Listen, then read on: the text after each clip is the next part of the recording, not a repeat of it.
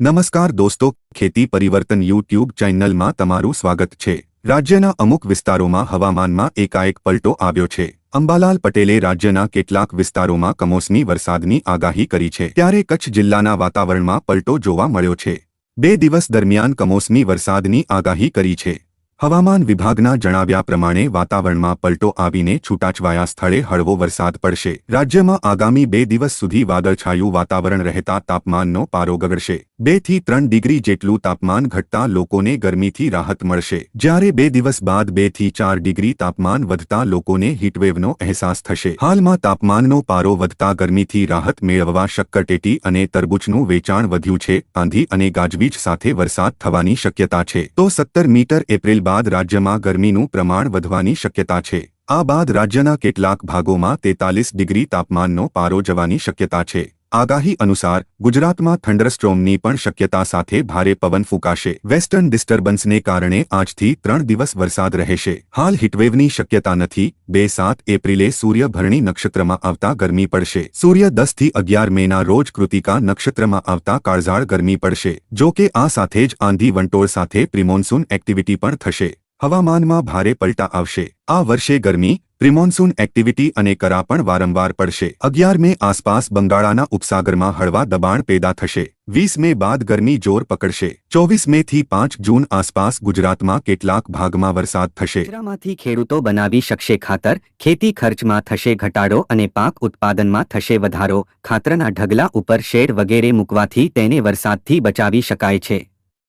આ ખાતરનું જૈવિક મૂલ્ય ગાયના છાણના ખાતર જેટલું છે। બગીચાના કચરામાંથી ખાતર બનાવીને પ્રદૂષણની સમસ્યા ઘટાડી શકાય છે। કાર્બનિક પદાર્થોને રિસાયક્લિંગ કરવાથી પણ જમીનની ફળદ્રુપતા જાળવી શકાય છે। બગીચાના કચરામાંથી બનાવેલું ખાતર એક ઉપયોગી પદ્ધતિ છે।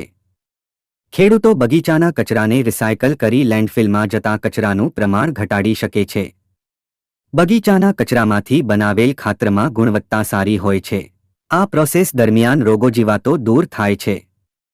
તેના દ્વારા ઉત્પાદન કરેલા ખાતરમાં ઉચ્ચ પોષક તત્વો હોય છે, જે ખેતરની ઉપજ અને પાકની ગુણવત્તામાં વધારો કરે છે।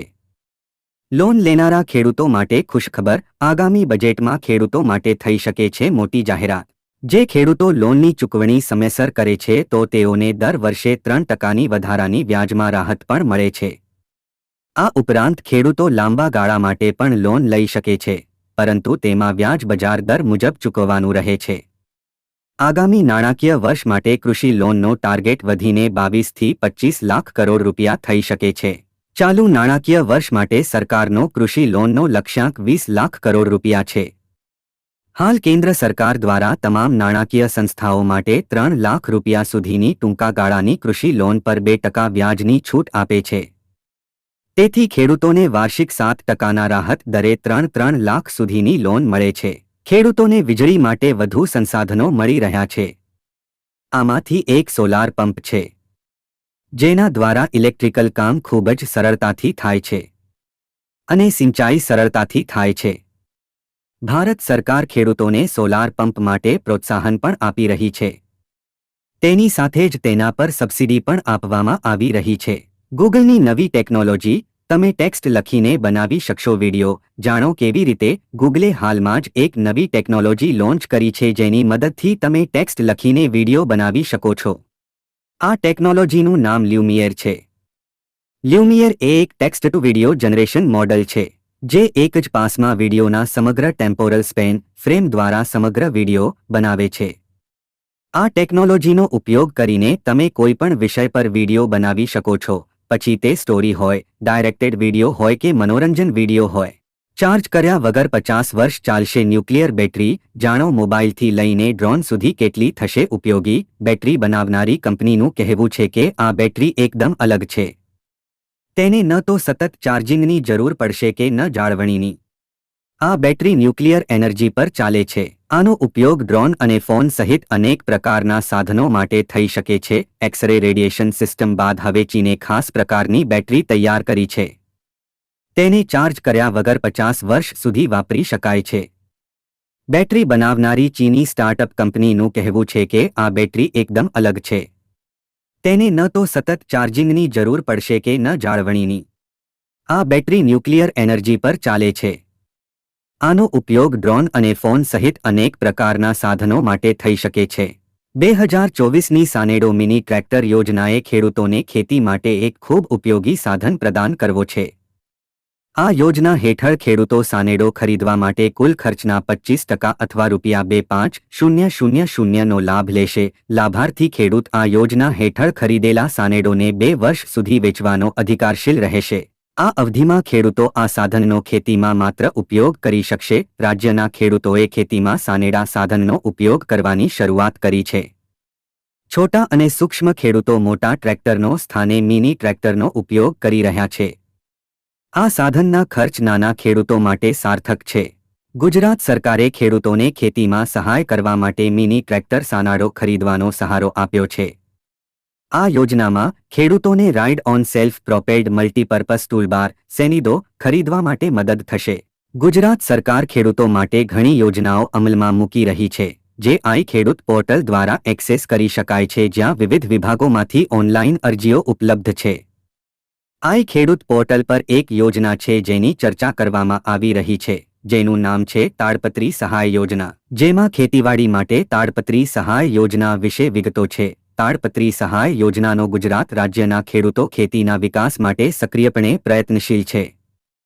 કૃષિ સહકાર વિભાગે ઈ-ખેડૂત પોર્ટલ રજૂ કર્યું છે, જેના દ્વારા ખેડૂતો ઘરે બેઠા ઓનલાઈન અરજી કરીને વિવિધ કૃષિ યોજનાઓનો લાભ મેળવી શકે છે. રાજ્યમાં નાના, સીમાંત અને મોટા ખેડૂતો માટે નાણાકીય સહાય અત્યંત જરૂરી છે. ખેડૂતોને તેમના પાકના ઉત્પાદનમાં થ્રેશર જેવા વિવિધ સાધનોની જરૂર પડે છે. તેથી આ જરૂરિયાતોને પહોંચી વળવા માટે તેમને સીધી સહાય, ખાસ કરીને થ્રેશર સહાય યોજના દ્વારા જરૂરી છે. અત્યારે વર્તમાન સમયમાં આપણા સમગ્ર દેશ અને ગુજરાત રાજ્યમાં કૃષિ ક્ષેત્રમાં ટેકનોલોજીની સેવાઓ વધી રહી છે. ખેડૂતો આઈટી ટેકનોલોજીનો ઉપયોગ કરી સારી એવી ખેતી કરી રહ્યા છે અને નવી નવી તકનીકો ધરાવતા સાધનોનો ઉપયોગ કરી રહ્યા છે. અત્યારે વર્તમાન સમયમાં દરેક જગ્યાએ સ્માર્ટફોનનો વપરાશ વધી રહ્યો છે. તેને જોતા રાજ્યના ખેડૂતો માટે કૃષિ વિભાગ દ્વારા સ્માર્ટફોન સહાય યોજના શરૂ કરવામાં આવેલ છે. દોસ્તો, સ્માર્ટફોન સહાય યોજનામાં મળતા લાભની વાત કરીએ તો આ યોજનામાં પહેલા 10% સહાય મળતી હતી, હવે 40% મળશે. આ યોજના દ્વારા ખેડૂતને સ્માર્ટફોન ખરીદવા પર ₹15,000ની સહાય મળશે. ખેડૂતને આ યોજનામાં સ્માર્ટફોન ખરીદવા પર તેની કિંમતના 40% અથવા ₹6,000 બેમાંથી જે ઓછું હોય તેની સહાય આપવામાં આવશે. જો કોઈ ખેડૂત ₹8,000ની કિંમતમાં સ્માર્ટફોન ખરીદે તો તેને 40% એટલે કે ₹3,200ની સહાય આપવામાં આવશે. તો દોસ્તો, આવા જ વિડીયો જોવા માટે નીચે આપેલું લાલ રંગનું સબસ્ક્રાઇબનું બટન દબાવી આ ચેનલમાં જોડાઈ જાવ, જેથી તમને આવી જાણકારી મળતી રહે.